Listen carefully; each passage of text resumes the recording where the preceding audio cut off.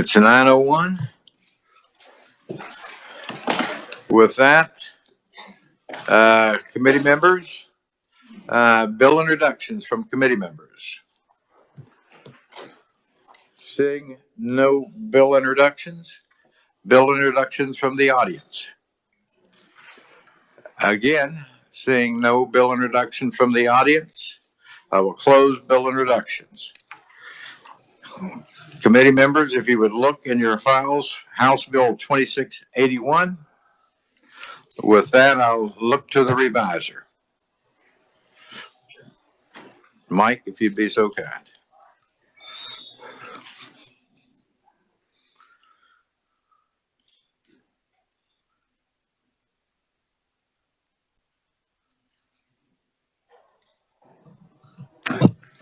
Mr. Chairman, members of the committee, this bill deals with the disposition of firearms that have been confiscated by different government agencies. There's 3 sections of the law that are amended, and I've passed out a copy of the statutes that is referenced in the bill but is not amended. So anyway, the first section deals with it's a part of the criminal procedure, and it deals with abatement of nuisances where there's been criminal activity.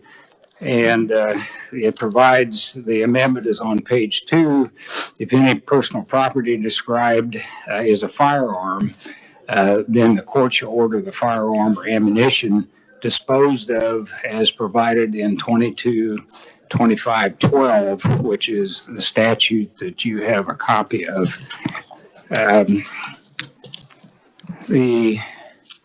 It does provide that the proceeds shall be applied and so on, dealing with the search and seizure procedures. Anyway, Section 2 deals with the Department of Wildlife, Parks, and Tourism and violations of the game laws.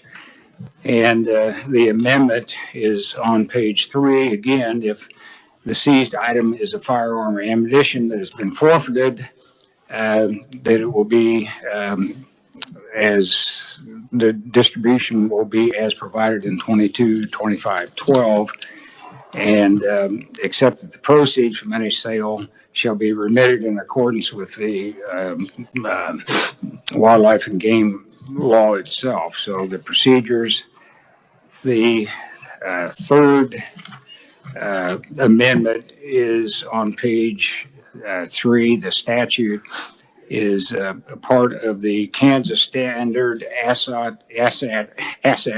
Seizure and Forfeiture Act, which is a part of the Code of Civil Procedure. And anyway, that also has the language that the firearms and ammunition shall be disposed of in accordance with 22-25-12.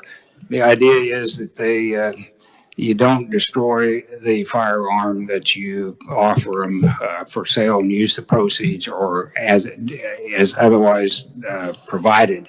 I'll take a minute to go through the statute that is referenced but not amended.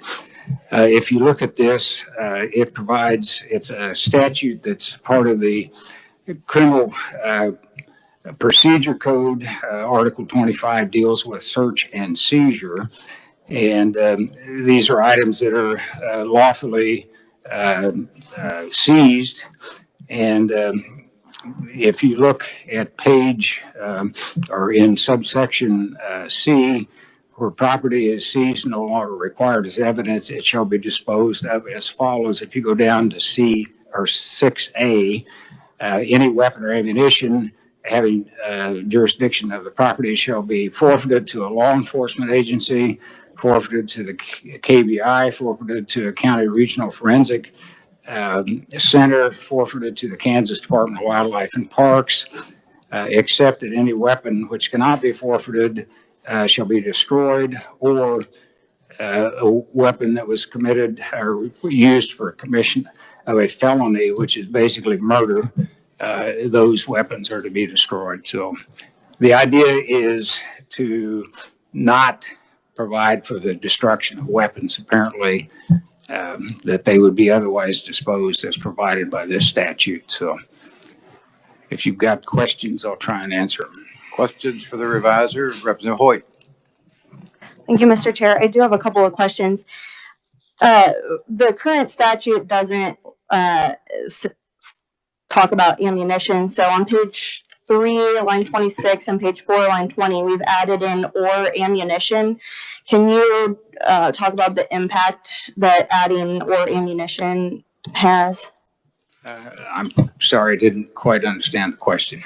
Currently, the statute says, because we strike lines 14 through 17 on page 3. So it says if the seized item is a firearm that has been forfeited, etc. And then they added in a new section for C. It says if the seized item is a firearm or ammunition. So currently, it doesn't have ammunition in existing law. This, I think, just a clarification. I think that's cleanup. So it conforms to the firearm and ammunition provisions that are added. Thank you, Mr. Chair. Because if you go look at 222512, 6B, it provides, as the revisor said,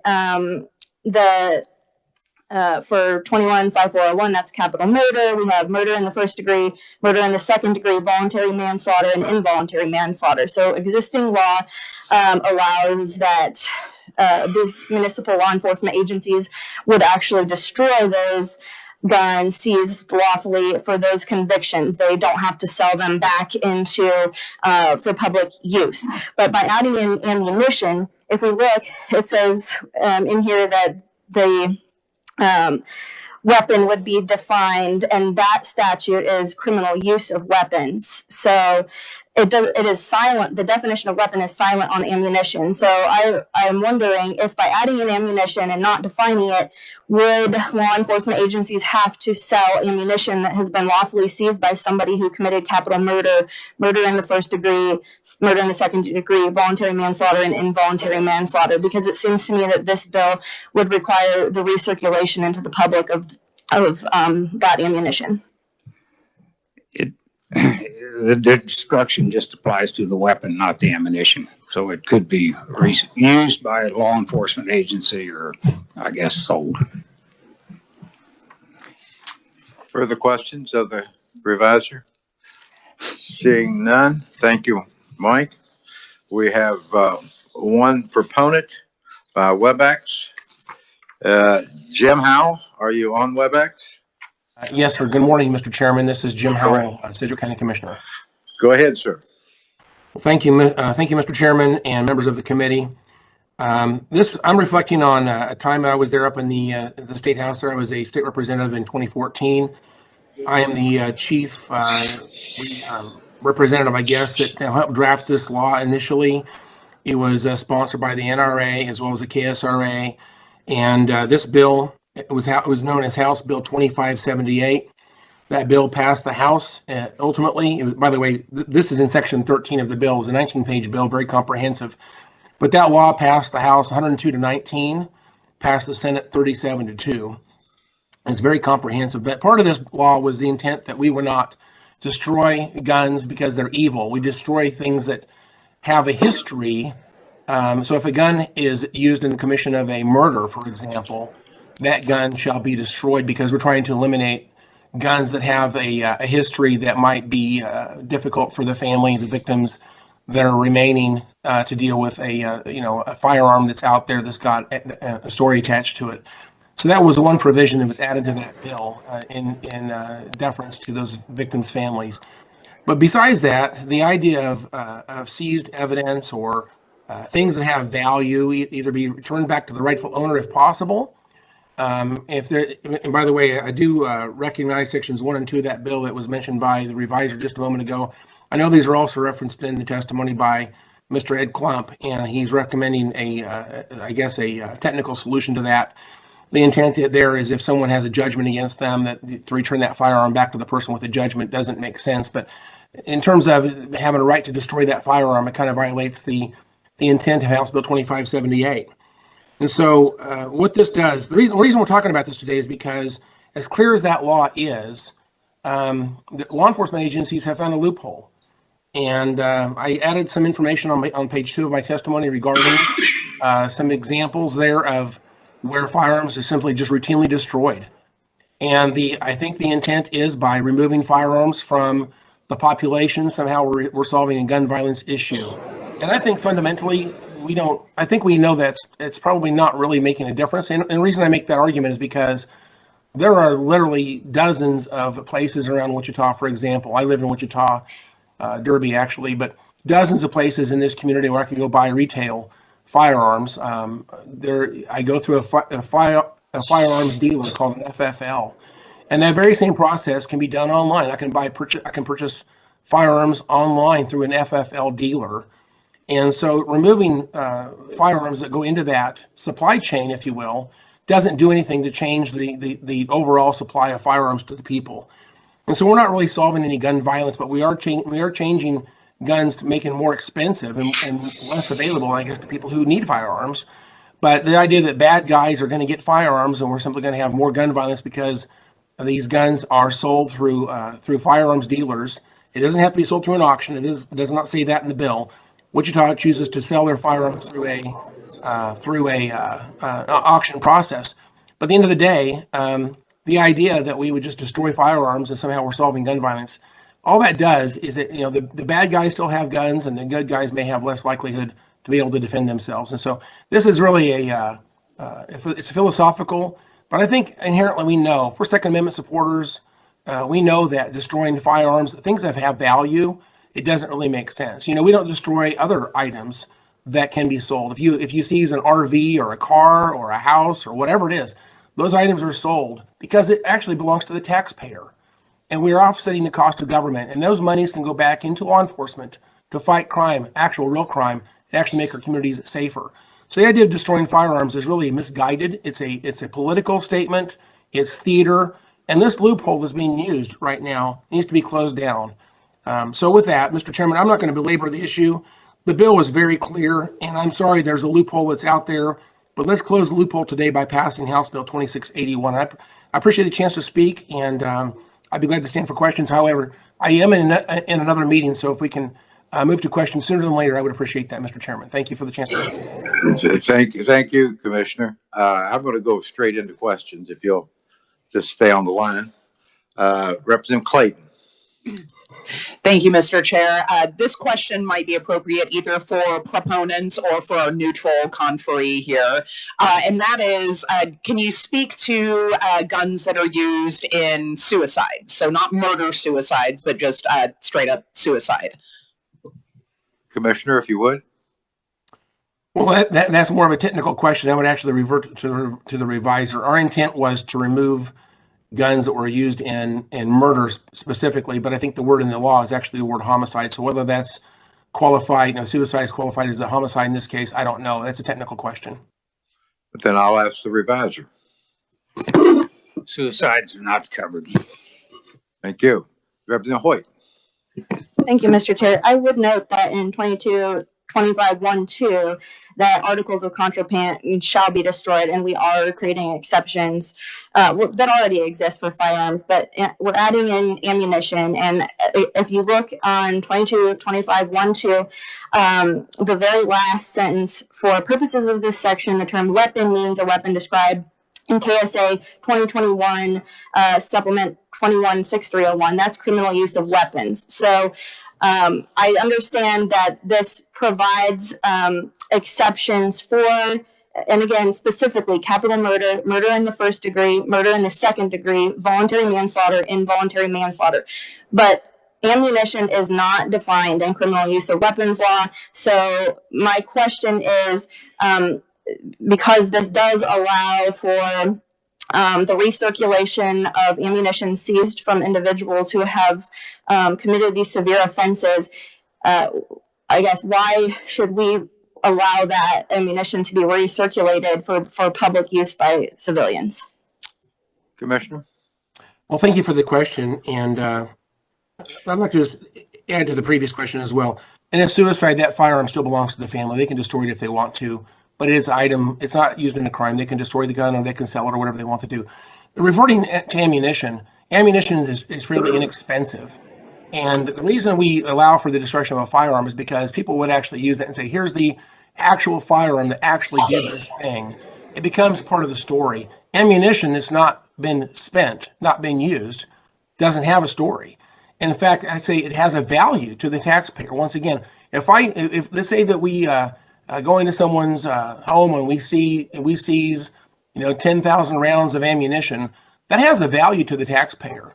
And again, it has to be sold in a normal process. So why would we feel like by destroying ammunition, we're somehow solving gun violence? It doesn't really make sense to me. At the end of the day, there is no story behind ammunition, and it doesn't do anything to reduce gun violence. It does have a value to the taxpayer, and to destroy it arbitrarily for no reason, I would argue that the word ammunition does belong in this bill. Thank you for the question. Thank you. Further questions of the conferee?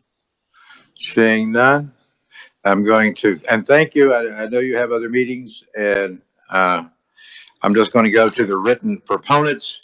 Travis Culture Lovelady, National Rifle Association. You may review his testimony. And Mariah Day, Kansas Rifle Association. You can review his written as a proponent. The next up, I believe we have no opponents, but I have one neutral, Ed Klump. It's written. Oh, it's written only. Okay, I just saw him in the back, and I thought he wanted to. Thank you. Then any questions for the neutral? Yes, Ed, if you'd come up. Yes, if the neutral is willing, I would just wonder from a law enforcement perspective and victims advocacy, do you have any concerns with recirculating ammunition that has been used in the same crimes that are exempted for firearms, as far as being able to destroy that contraband?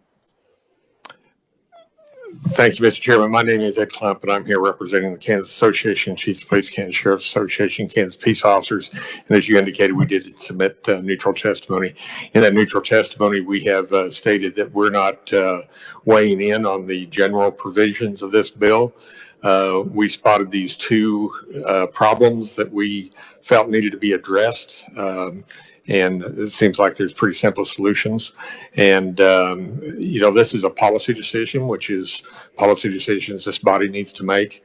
And we can live with it one way or the other. I can tell you, among our association members, we probably have members that are on both sides of the principle of this bill. Okay. Was that helpful? Other questions? And you may not be able to answer. I do have one question. Years ago, when like in hunting violations and stuff, the courts would forfeit the guns to Fish and Game, and they would have an auction once a year down in Pratt. Do they still do that? I'm not sure what Parks and Wildlife does with theirs now. I know when we sell guns, we do it on a public auction. Well, it's in a public auction, but only can be attended by licensed firearm dealers. Okay. And it's generally an online auction, I think, is what most people are using now. I just remember during the Fish and Game would have their auction once a year, and you could always tell someone who had their weapon forfeited, they can go down and bid on it. But it was open, but I think it was during the Clinton years they had to close that down. I remember when that was taking place also. I just don't know what they're doing today. Yeah. I know that on non-firearm things, most of our agencies do a similar thing, like automobiles and other property that we can't find the owner of, that we usually once every 6 months or a year, we just have a public auction to clear those things out of our property rooms. Yeah. I think most county sheriff's department do that also. Any further questions of the conferee? Seeing none. I'm sorry. Representative Wagner. Yes, thank you, Mr. Chairman. Mr. Klump, I know you're neutral on the bill, but I am kind of curious about the question being raised about weapons used in suicides as far as the disposition of those. Any practical comments on that? So the way the laws are written right now, they're not in one of the exemptions to be destroyed. And those are generally taken into custody as evidence because we are investigating a death that initially we don't know whether it's a suicide or a homicide. In most cases, sometimes we have a pretty good idea, sometimes we have no idea. Under, I think it's 22-25-12, then we are required to sell those, not destroy them. But I would also add that many times the sheriff's departments will return those back to the family should they choose to have them. Well, returning the firearms to the owner is an area we're trying to clarify in another bill in 2512 right now, because right now 2512 says that we give it back to the owner if it's stolen, but it's silent on what we do when it's not stolen. We're trying to clarify those statutes right now in another bill that hopefully will get passed this year. But our goal is always to get it back to the owners. And of course, in a case of a suicide, you have the family involved, and we usually at least give them first shot at it, but we have to go then and get a court order to allow that to go through. But most families don't want it, but there are occasions where it's a family heirloom and they do want it. And so we always try to give them the first shot at it. Thank you. Seeing no further questions, thank you, Ed. Anyone else here that wishes to offer testimony of House Bill 2681? Seeing none, then folks, we will close the hearing in House Bill 2681. I'm going to go through the week calendar. Tomorrow we have 2722, Senate Bill 34. I will work Senate Bill 34 probably on Thursday. As far as the state fruit bill that we're hearing, I'm giving them 1 hour. That will give us 30 minutes to work some bills that we have already heard. But I'm just trying to alert you, seeing how the hearing goes. We have the alcohol bill about the adjoining counties. We'll probably work that on Thursday. I'm trying not to work on Friday, but that will, we'll have to figure this out, because next week we're going to be hearing 2 bills a day and trying to work them the following day, because we just don't have much time left, folks. And we've got a number of bills and some new bills that will be introduced. So with that, just trying to keep you and Representative Mosier and Representative Garber, if you'd tell your classes 1 hour, and we'll try to start on time and get through. Representative Howe, please. Mr. Chairman, can I make an announcement? You may. I picked up a card for the good representative from Paola who had a baby girl about 4 days ago. So after the committee hearing, if you'd like to sign, thank you. Following your tradition, Mr. Chairman. Thank you. And in fact, this came out in staff meeting in the morning, and I was going to do a card. But since you've already got the card purchased, committee members, if you'd sign it, and you can either give it to Connie or you can mail it yourself. But you're right. So, yeah, that'd be fine. But you can give it to Connie. She could mail it, or you could mail it if you have the address. And she had a baby girl and had all the 10 fingers and 10 toes and everything. So that was good. Yes, Representative Miller, you want to announce a birth? Or? No, I was questioning. You said that was 4 days ago? That is my understanding. How come she's not back yet? Oh, and I need to bring a point up. And I thought about this. Last week we were hearing a bill, and there was between Representative Miller and I, and I guess I can best explain it that I was speaking English and Representative Miller was speaking French, or he was speaking English and I was speaking French. We were both correct. I was thinking of a motion to reconsider, that it must be brought by a member on the prevailing tide. He was talking about just bringing a bill off the table after it had been tabled. So we were both right, Representative Miller. I know that's scary to you, but but my understanding was that it was, we were talking about the motion to reconsider. Representative Miller was talking about how the procedure for bringing a bill off the table. So, Representative Miller, I think we were both right in that, because your procedure was correct on bringing a bill off the table. Mine was on a motion to reconsider. So I wanted to clarify that. I know that makes you feel much better. I didn't argue with you the other day, and I choose not to today.